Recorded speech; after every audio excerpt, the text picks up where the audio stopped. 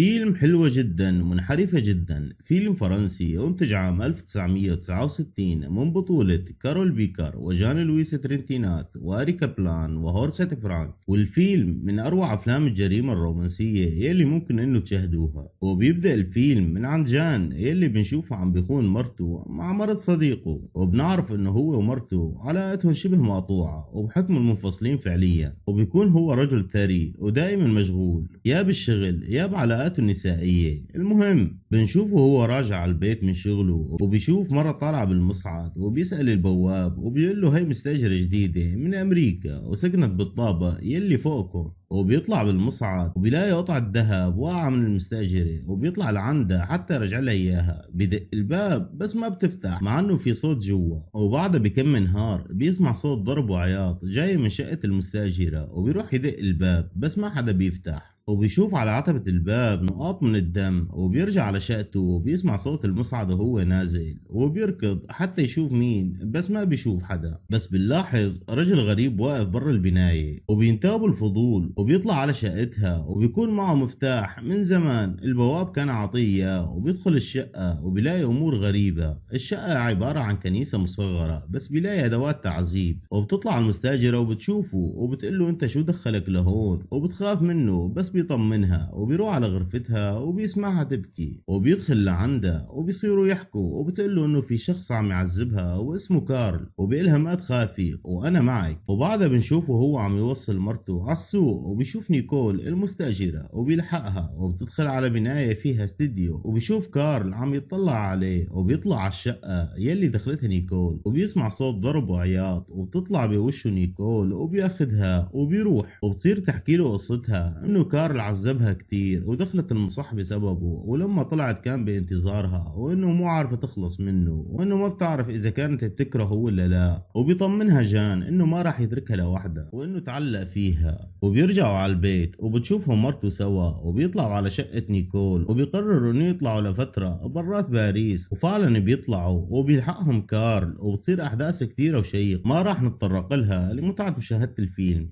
وبتخبر نيكول جان انه هي صارت بتحبه كتير وراحت تصارحه بالحقيقة وبتقول له انه هي ما قابلته صدفة وانه في حدا دفع على كار مبلغ كبير لحتى يقتله وانه كار جبرها توعه لحتى يقتلوه. بس جان بيطلب منها دليل على كلامها وبتقول له بس نرجع راح اعطيك الدليل. وفعلا بيرجعوا وبتصير احداث كتيرة وشيقة من شك بقلب جان بكل يلي حواليه وبحث عن كار والكتير من الاحداث. وبعدها بفترة بنشوف نيكول بتتصل بجان وبتقول له صار عندي الدليل وبدي اياك تجي باخر الليل حتى تشوفه بعينك. وبيكون كارل جنبها وبنعرف ساعتها انها متفقه مع كارل وانه عم تعمل ملعوب على جان. وبيروح جان اخر الليل وبيطلع لعندها وبيكون كارل موجود وبتدور خناقه كبيره وبتطلع دانييل مرت جان لعندهم وبيقتل كارل جان. وبنعرف انه دانييل ونيكول وكارل متفقين مع بعض وبياخد كارل الجثه ويعمل على انها حادث. وتاني نهار بتروح دانييل حتى تتعرف على الجثه بس بتكون الجثه محروقه بالكامل وما واضح منها شيء. وبيقلها الضابط انه كل اسهم شركة جان كاتبها باسم نيكول. وبترجع دانييل على البيت وبتكون نيكول موجودة وبنعرف ساعتها انه الجريمة بالكامل من تخطيط دانييل ونيكول حتى يخلصوا من جان وياخدوا مصاريه. وبنلاحظ الندم على دانييل وبتطلب نيكول من دانييل انه يروحوا ويدفعوا لكارل المبلغ اللي متفقين عليه. وفعلا بيروحوا لعنده على الفندق يلي ساكن فيه بس ما بيلاقوه وبيلاقوا علبة دخان جان يلي مصنوعة من الذهب ويلي فيها صورة دانييل.